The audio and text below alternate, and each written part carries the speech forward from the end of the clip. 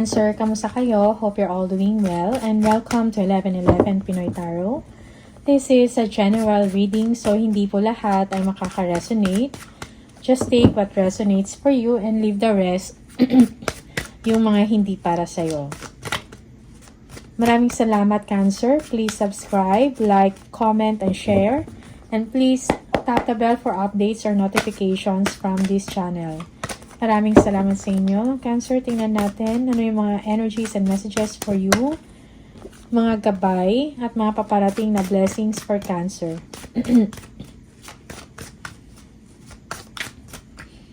Okay.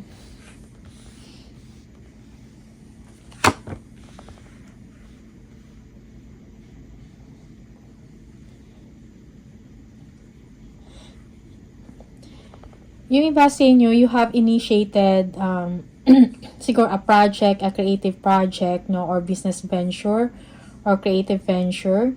And merong accomplishment doon, you feel good about it. Kasi parang feeling mo, kung ano man yung mga nagawa ninyo, parang nagkaroon siya ng fulfillment in a sense na feeling mo, you feel rewarded or parang tagumpay, no, kung ano man yung ginagawa ninyo. And now, you're thinking about another opportunity or mga ideas, no, na pwede mo sigurong gawin pa para magkaroon pa ng improvement or progress or pag-uunlad ang inyong ginagawa.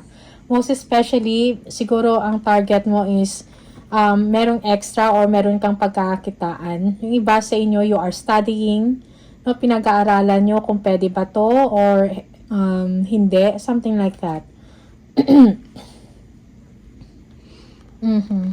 Yung iba sa inyo, yes, merong reflection or napaplano kayo sa mga next ninyo na move, no? Or next ninyo na mga gagawin. Most especially if may kinalaman ito sa opportunities like trabaho, mga projects. Okay?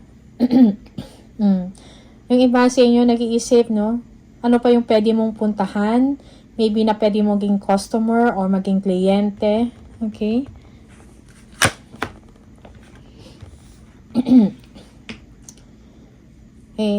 You are someone na you feel good, no, about sa nangyayari sa inyo ngayon. Most especially, you feel yung parang kontento kayo sa nangyayari, most especially sa pera or you are independent, no? Yung finance mo is doing well.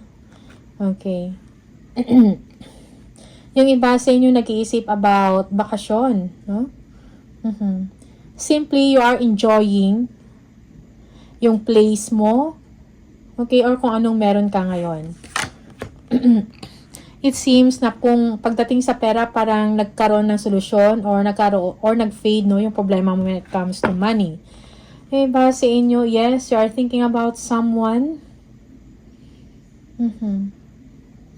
Yung iba sa inyo, you are thinking about collaboration or partnership when it comes sa inyong project or creative venture. Okay? Merong also forgiveness dito and healing sa isang sitwasyon. No? Merong pagkakaintindihan or pagkakaunawaan. If this is about personal relationship or romantic relationship, like merong pagkakaayos dito.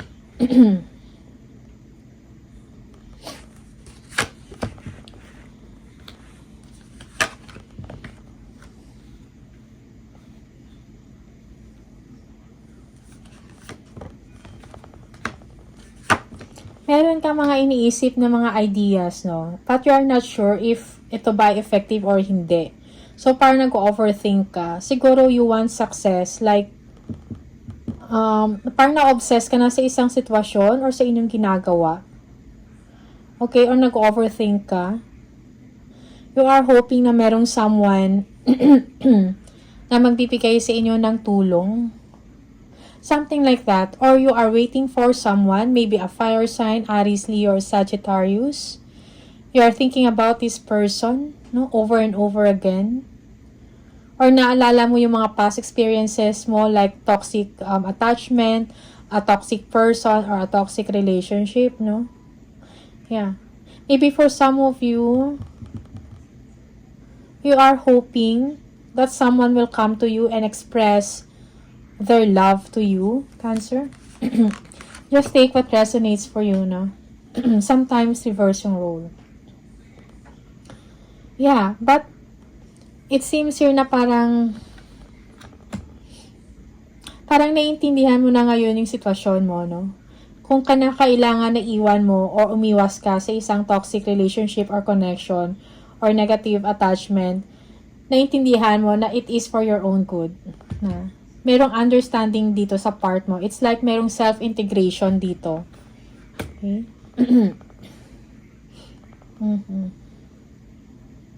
Siguro yung iba sa inyo nagbabalik tanaw sa inyong experiences. Maybe yung experience na to is hindi to maganda para sa inyo. Okay? Yeah. Or nagre-reminisce ka sa mga previous or sa mga past person. No? Nakasama mo dati. Something like that. But now, merong enlightenment, no? Cancer na nangyayari sa inyo or mangyayari pa lang. Enlightenment over a toxic situation, a toxic person, or a negative attachment. Okay? Yeah, it's like you were guided, no? Or you are guided spiritually to stay away from this.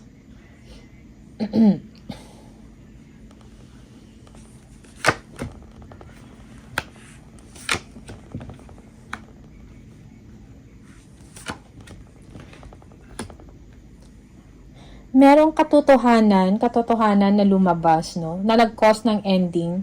And at the same time, magbibigay sa inyo ng new beginning or fresh start, no? Sa inyong buhay.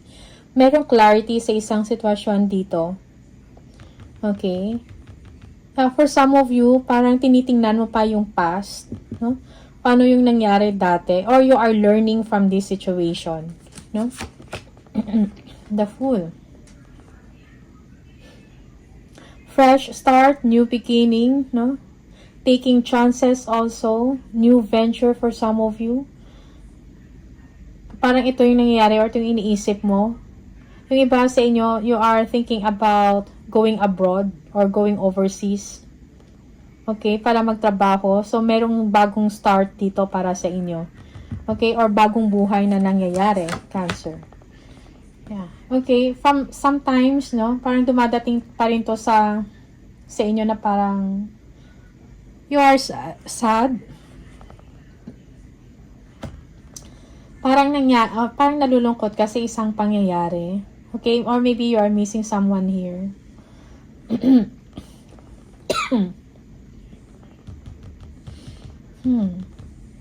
Merong loss na nangyari dito. Okay? And you feel sad, parang naalala mo pa. But then, kailangan mong maging malakas, Cancer, no?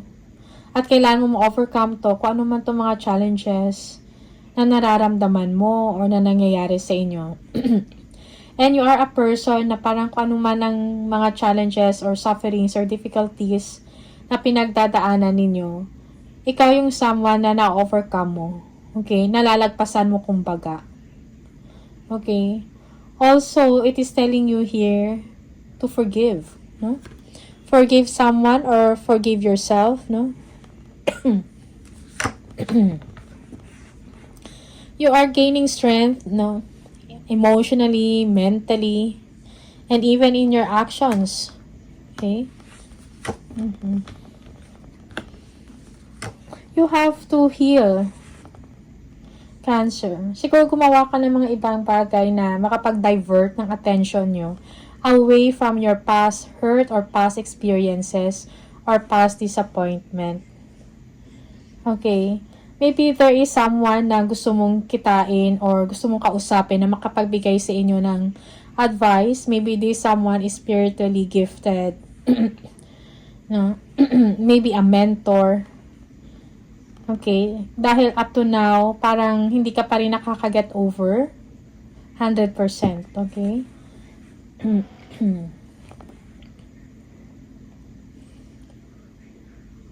Yeah, merong deceit or deception na nangyari, dishonesty and cheating na nangyayari dito. Okay? Or sikreto. That's why nagkaroon, yes, separation also. This is a separation. Okay? Yeah, and you are thinking about yourself, no? paano ka mag-improve, makabawi, makabangon uli. Okay?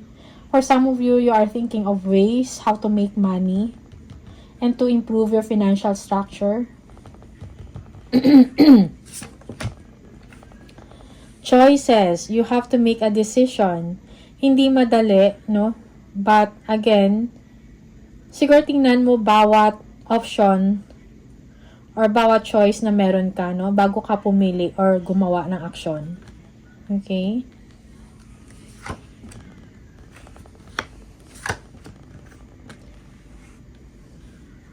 Yeah. Yung ultimate goal mo is to live a comfortable life.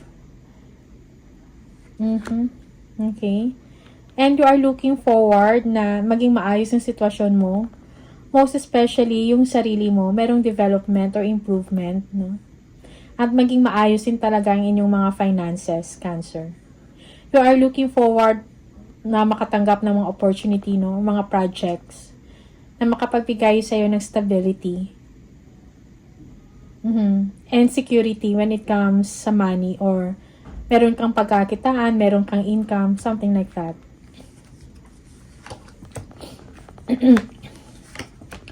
Yung iba sa inyo, you have abandonment issues. No? Parang siguro galing ka sa separation nga, no? And parang hindi ka naka-get over kaagad. Maybe you are missing someone here. And yeah, siguro nag-iisip ka if you're going to contact someone. Or meron kang may inaantay ka na kukontak sa'yo or magparamdam sa'yo and all that. And siguro nainip ka na. Okay, so I think merong desire dito or kailangan mo mag-move on, no, sa isang situation. Cancer. Kailangan mo karoon ng emotional security and stability dito. Kasi for some of you, or kailangan siguro hingi ka ng advice from someone na wiser or makapagbigay sa inyo ng mas magandang advice, no? Yeah. Kung ano yung mga pwede mong gawin. Okay?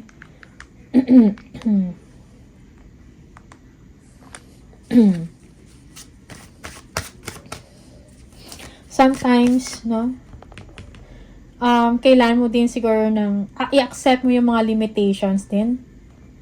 Limitation sa mga bagay-bagay. Limitation sa isang sitwasyon. And even ikaw, yung limitation mo kung hanggang saan lang. Okay? Yeah.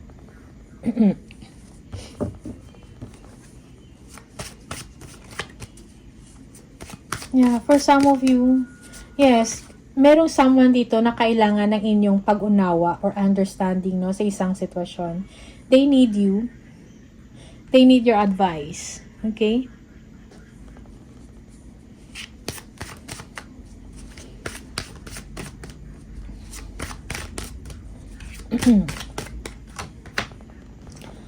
The Empress. Growth. Oh, okay.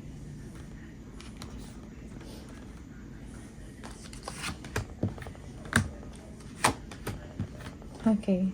So, may new direction para sa inyo, Cancer. Siguro kailan mo lang din talaga mag-focus. Kung meron ka mga talents or skills or creative project mo. Or even, well, sa trabaho, no? Siguro kailan mo maging creative, no? Mag-isip ng mga new ideas. So, parang nakafocus ka ngayon about sa future mo, about sa career mo, because you want abundance, you want a comfortable lifestyle, no? Something like that.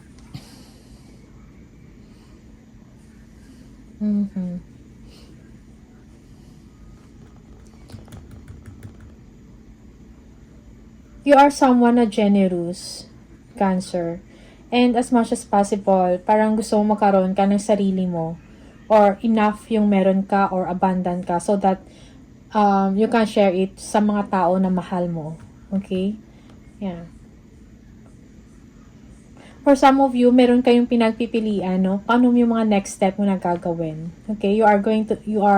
Para may gagawin kang decision dito or choice. Okay? May kinalaman ito sa finances or sa trabaho.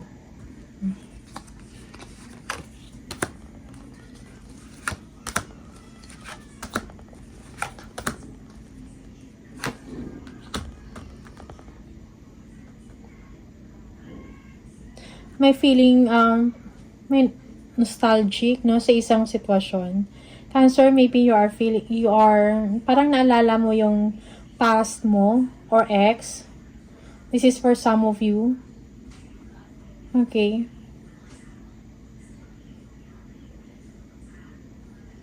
Yeah.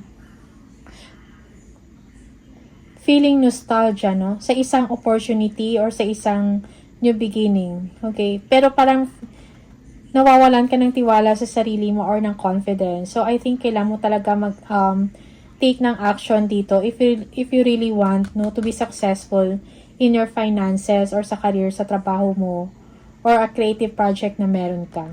Okay? Know what you want. Kailangan mo karoon ng direksyon. Communicate kung ano yung kailangan mo or yung expectation mo. Yeah, Cancer. Okay? Parang promising yung mga ginagawa mo, no? Promising project or kung ano to. Okay? So, I think kailangan mo lang talaga gumawa ng aksyon, no? At magtiwala ka sa sarili mong kakayahan. Sometimes, natatrap tayo sa negativity, feeling natin hindi natin kaya. But try mong mag-take ng action and sunod-sunod na yung gagawin mo sa susunod. Okay? Na parang hindi mo na mamalayan, nagiging successful na pala. Okay? Yeah. Yung iba sa inyo may bagong trabaho, no, na offer or merong expansion, no, na magbo-boost ng inyong finances or katayuan sa buhay. Okay? Kailangan mo lang ng courage, tapang to pursue it. Okay? Merong new contract dito, bagong trabaho, or makakatanggap ka ng malaking pera from someone na may authority, maybe from a government. You will receive justice here also. Okay? Yeah, yung iba sa inyo, truly, na-overcome nyo yung mga sakit, no, na naramdaman nyo dati, yung mga challenges na naramdaman nyo dati, ma-overcome mo. Okay? Yeah, merong healing dito. Fresh start, no? And a new beginning for you. Yeah. Para masaya yung home life, kahit papano, Cancer here. Kasi parang iniwanan mo na yung isang sitwasyon na parang hindi para sa'yo or hindi makapagbigay sa'yo ng magandang pakiramdam. Yeah. Excuse me.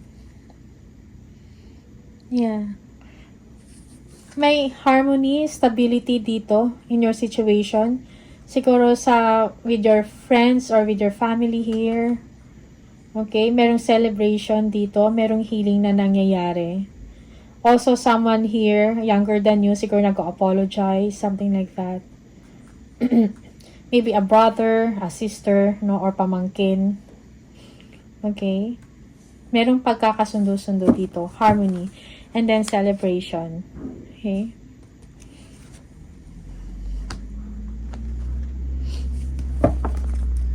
Another message for Cancer. Merong celebration, no, na paparating for you, Cancer, na matutuwa ka, masisiyahan. Okay. Words of abundance. You have the ability to instantly manifest abundance by choosing powerfully positive words. Always describe your own and the world's economic situation in loving and optimistic terms. And that is what you attract for yourself and others. So, attract abundance, no? Attract abundance by saying or choosing positive words. Okay? Tingnan natin.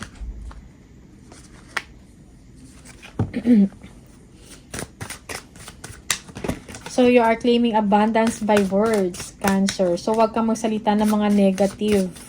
No, positive lang palagi. Okay? Do not entertain negativities. Cancer.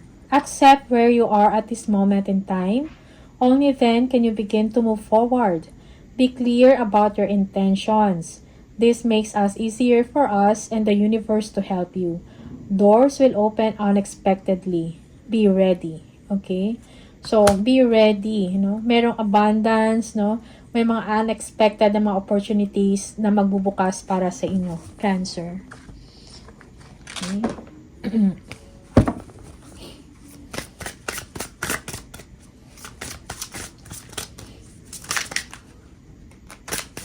Okay. 20. If you keep seeing the number 20, this is the message for you. You relate to others on an almost cosmic level. You are dedicated to building harmonious relationships of all kinds. You have the ability to persuade others to your point of view by using gentle means. I am harmonious. Yeah, so choose to be maging positibo ka, most especially if you are dealing with other people or nagbi-build ka ng isang relasyon. Okay? Meron kang kakayahan to persuade, no? Kung ano man, most especially, kung gusto mong mag-build ka ng harmonious relationship, meron kang abilidad para magawa yon. Okay? At maintindihan ka ng mga tao.